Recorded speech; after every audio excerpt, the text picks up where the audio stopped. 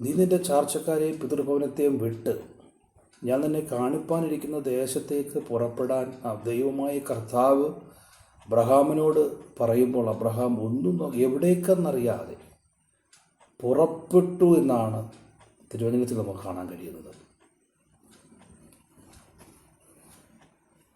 നമ്മുടെ ജീവിതം നാം പഠിക്കണം.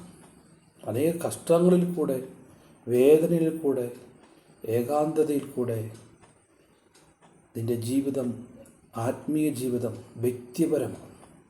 ദൈവവുമായിട്ടുള്ള ജീവിതം വ്യക്തിപരമാണ്. ഈ ലോകത്തിൽ അനേക ബന്ധുക്കളും സ്വന്തവും ചുറ്റുപാടും നമ്മെ സംരക്ഷിക്കുന്നവരും നമ്മെ ഹെൽപ്പ് ചെയ്തവരും കാണും. പക്ഷേ ക്രിസ്തീയ ജീവിതം, വിശ്വാസ ജീവിതം വ്യക്തിപരമായി അതേകമായി ഒറ്റയ്ക്ക് നാം ദൈവത്തിൽ നിന്നും പ്രാപിച്ച് മുന്നേറേണ്ട ഒരു ആത്മീയ സത്യം തന്നെയാണ്.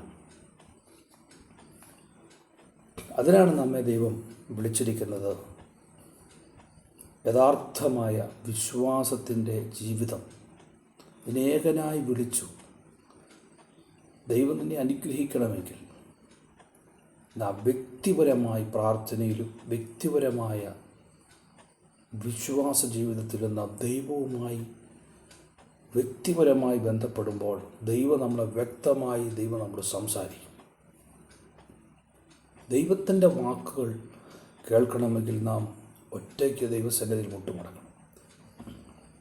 ദൈവസന്നിധിയിൽ നാം ഒറ്റയ്ക്കായിരിക്കുമ്പോൾ ദൈവം നമ്മോട് ഇടപെടുവാനിടയാകും. ദൈവം നമ്മോട് സംസാരിക്കുവാനിടയാവും. മൂന്നാമത്, തൻ്റെ ജീവിതത്തിൽ ഉണ്ടാകുന്ന ഒരു കാര്യമാണ്, ആദ്യ നിഷ്കളങ്കത വ്യക്തിയായിരുന്നു, രണ്ടാമത് അനുസരണമുള്ള വ്യക്തിയായിരുന്നു, മൂന്നാമത് സ്വന്തമായി തീരുമാനശേഷി ഉള്ളൊരു വ്യക്തിയായിരുന്നു, നാലാമത് താൻ പ്രാർത്ഥിക്കുന്ന ഒരു മനുഷ്യനായിരുന്നു. ഉൽപ്പത്തി പുസ്തകത്തിൽ 18-ാം അധ്യായം 23-ാം വാക്യത്തിൽ അവിടെ നമുക്ക് കാണാൻ കഴിയുന്നുണ്ട്. ക്രിസ്തീയ ജീവിതത്തിലെ പ്രാർത്ഥനകൾ ജീവനുള്ള പ്രാർത്ഥനയാണ്. അത് പ്രതിഫലമുള്ള പ്രാർത്ഥനയാണ്. ഉത്തരം ലഭിക്കുന്ന പ്രാർത്ഥനയാണ്. ഈ പ്രാർത്ഥനയേക്കാൾ ദൈവത്തിന് പ്രസാദമുള്ള പ്രാർത്ഥന ജീവനുള്ള പ്രാർത്ഥനയാണ്. ദൈവം പ്രവർത്തിക്കുന്ന പ്രാർത്ഥനയാണ് ക്രിസ്തീയ പ്രാർത്ഥന. ദൈവം കേൾക്കുന്ന, ദൈവം ശ്രദ്ധിക്കുന്ന പ്രാർത്ഥന. Praise the Lord. പ്രാർത്ഥിക്കുന്ന വിഷയത്തെക്കാളും പ്രാർത്ഥിക്കുന്ന വ്യക്തിയെ ദൈവം നോക്കും. അബ്രഹാമിനെ നോക്കി. അബ്രഹാം പറയുന്ന പ്രാർത്ഥന വിഷയങ്ങളെക്കാളും അബ്രഹാമിനെ ദൈവം നോക്കി. അബ്രഹാമിൻ്റെ വ്യക്തിപരമായ അബ്രഹാം എങ്ങനെയുണ്ട്, എന്നോട് പ്രാർത്ഥിക്കുന്ന ആരാണ് എന്ന് ദൈവത്തിനറിയാം. പ്രാർത്ഥിക്കുന്ന ആ മനുഷ്യൻ, പ്രാർത്ഥിക്കുന്നവൻ്റെ വിശുദ്ധിയും പ്രാർത്ഥിക്കുന്നവൻ്റെ വിശ്വാസവും പ്രാർത്ഥിക്കുന്നവൻ്റെ സ്വഭാവവും ദൈവവുമായിട്ടുള്ള ബന്ധവും, അതിൻ്റെ അടിസ്ഥാനത്തിലാണ് ദൈവം നമ്മുടെ പ്രാർത്ഥന കേൾക്കുന്നത്. അഞ്ചാമത് മനസ്സിലാക്കാൻ കഴിയുന്നത്, വിശ്വാസത്തിൻ്റെ ഒരു മാതൃകയായിരുന്നു അബ്രഹാം. വിശ്വാസത്തിൽ ഉറച്ച വ്യക്തിയായിരുന്നു. ഒരു മാറ്റം, മരിക്കേണ്ടി വന്നാലും വിശ്വാസത്തിൽ നിന്ന് താൻ വിട്ടുപോകില്ലായിരുന്നു.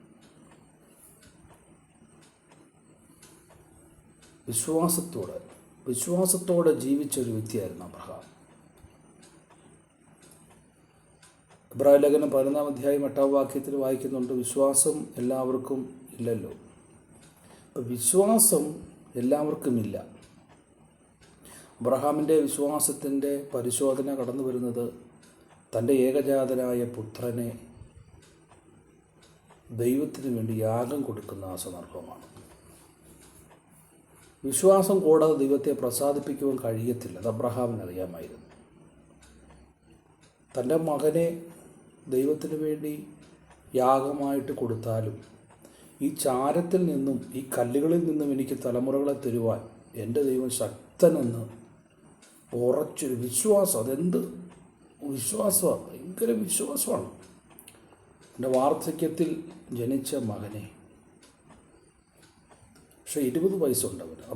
ഇസ്ഹാക്കിന് ഏകദേശം 20 വയസ്സുണ്ട് യാഗം കഴിക്കുമ്പോൾ. ഏകദേശം 20 വയസ്സുള്ളപ്പോൾ ആ യാഗപീഠത്തിലേക്ക് അവനെ നയിക്കുമ്പോൾ ആ പിതാവിൻ്റെ വാക്ക് കേട്ട് ഇസ്ഹാക്ക് അനുസരിക്കുവാനിടയായി. അത് ഒത്തൊരുമിച്ചുള്ളൊരു ഒരു ആരാധന. ഞാനും എൻ്റെ മകനും അവിടത്തോളം പോയി ആരാധന കഴിച്ച് മടങ്ങി വരാം. മകൻ ചോദിച്ചു, അപ്പാ തീയുണ്ട്, വിറകുണ്ട്, കത്തിയുണ്ട്, യാഗമൃഗം എവിടെ? യഹോവയിലെ യഹോവ കരുതിക്കൊള്ളും. ഇന്നും നമുക്ക് വേണ്ടി യഹോവ കരുതും. നമുക്ക് വേണ്ടി കരുതിയതാണ് യേശുക്രിസ്തു. നമ്മുടെ സകല വിഷയത്തിനും,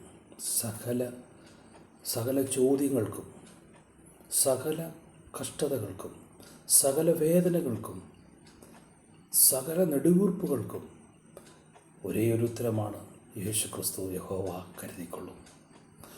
ആ കുഞ്ഞാടാണ് നമുക്ക് വേണ്ടി, ആ ഉത്തരമാണ് കാൽവറിയിൽ നമുക്ക് വേണ്ടി യാഗമായി തീർന്നത്. ഒരേ ഒരു ഉത്തരമാണ് യേശുക്രിസ്തു. അത് ഉത്തരമാണ്.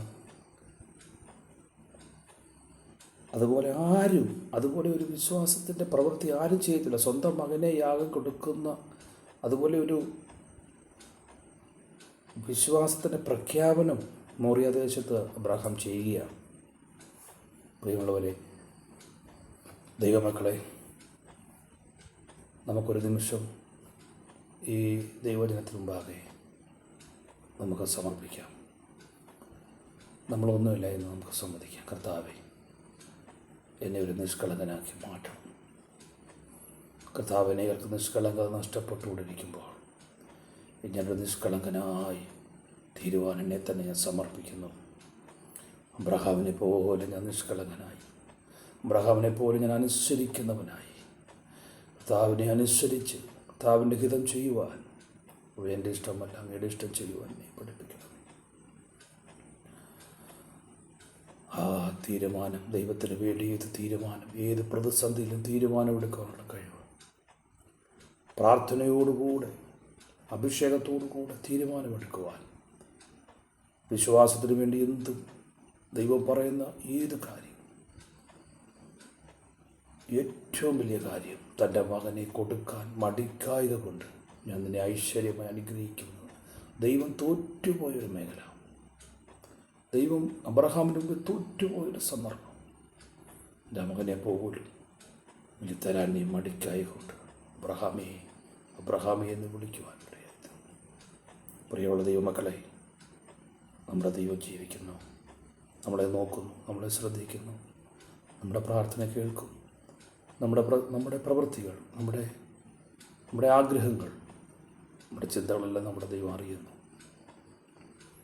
നമ്മുടെ വിശ്വാസവും നമ്മുടെ പ്രവൃത്തിയും നമ്മൾ അറിയുന്നു. വിശ്വാസം മാത്രമല്ല, യാക്കോബ് അപ്പോസ്തലൻ പറയുന്നു, വിശ്വാസമുണ്ടെങ്കിൽ പ്രവൃത്തിയോടുകൂടെ കാണിച്ചു തരിക. വിശ്വാസമുണ്ടെന്ന് പറയുകയും പ്രവൃത്തിയാൽ അത് കാണാതിരിക്കുകയും ചെയ്താൽ അത് നിർജീവമാകുന്നു. എങ്കിൽ നമ്മുടെ ജീവിതത്തിൽ വിശ്വാസത്തോടുകൂടെ പ്രവർത്തിക്കാം. വിശ്വസിക്കുന്നത് നമുക്ക് പ്രവർത്തിക്കാം. പല കാര്യത്തിലും നമുക്ക് ബലഹീനതകളുണ്ടെങ്കിലും നമുക്ക് പ്രാർത്ഥിക്കാം, കർത്താവേ എന്നെ ബലപ്പെടുത്തണമേ. ഹല്ലേലൂയ. അബ്രഹാമിനെ പോലെങ്കിൽ അല്ലെങ്കിൽ തന്നെ അത്രയൊന്നും വലിയ ആയില്ലും കർത്താവ് ഞാൻ വിശ്വാസ മനുഷ്യനായി വിശ്വസിക്കുന്ന ദൈവത്തിൻ്റെ പ്രവൃത്തികളെ കാണുവാൻ തക്കവണ്ണം എന്നെയും യോഗ്യനാക്കണമേ. നമുക്ക് പ്രാർത്ഥിക്കാം. പരിശുദ്ധ ദൈവമേ, സ്വർഗ്ഗസ്ഥ പിതാവേ, ദൈവജനം കേട്ട എല്ലാവരും ദൈവം അനുഗ്രഹിക്കണം. കേൾപ്പിച്ച വചനം പോലെ അവരുടെ ജീവിതത്തിൽ അത്ഭുതം ചെയ്യണമേ. കുടുംബങ്ങൾക്ക്, വ്യക്തികൾക്ക് അനുഗ്രഹമായി തീരണം. പ്രാർത്ഥന കേട്ടതുകൊണ്ട് സ്തോത്രം. യേശു ക്രിസ്തുവിൻ്റെ ധന്യപേരുടെ നാമത്തിൽ തന്നെ. ആമേൻ, ആമേൻ. സ്തോത്രം. ശുശ്രൂഷ കേട്ട എല്ലാവരെയും ദൈവം അനുഗ്രഹിക്കട്ടെ. വീണ്ടും പ്രാർത്ഥന ചോദിച്ചുകൊണ്ട് ഇപ്പോൾ ഞാൻ നിർത്തുന്നു. ദൈവം നമ്മളെ എല്ലാവരെയും അനുഗ്രഹിക്കുമാറാകട്ടെ. ആമേൻ.